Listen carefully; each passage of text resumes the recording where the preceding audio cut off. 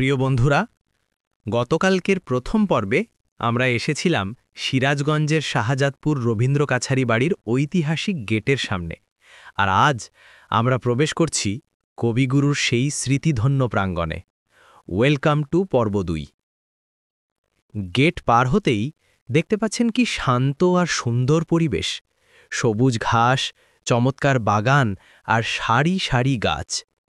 এই পথ দিয়েই হেঁটে আসতেন কবিগুরু রবীন্দ্রনাথ ঠাকুর। এই শান্ত সবুজ চত্বরেই তিনি সময় কাটাতেন আর প্রকৃতির কাছ থেকে খুঁজে নিতেন সাহিত্যের প্রেরণা। এই দেখুন, কাছারি বাড়ির মূল ভবনটিও দেখা যাচ্ছে। ইন্দো ইউরোপীয় স্থাপত্য শৈলীতে তৈরি এই দোতলা ভবনটিই হল সেই ঐতিহাসিক কাছারি বাড়ি।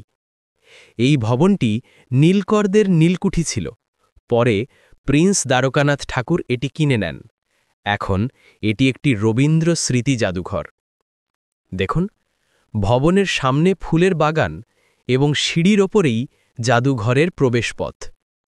জাদুঘরে ঢোকার আগেই দেখুন, এখানে কবিগুরুর যে সমস্ত উল্লেখযোগ্য কাজ এই শাহজাদপুরে বসে লেখা হয়েছিল তার তালিকা দেওয়া আছে।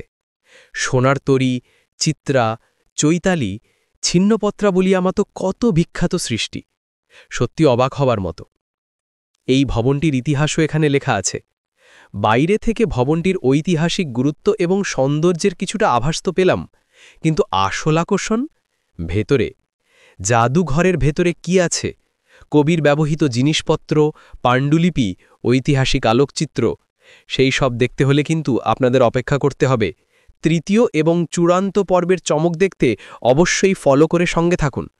কালকে আসছি সরাসরি জাদুঘরের ভেতর থেকে। সবাই ভালো থাকবেন, ধন্যবাদ।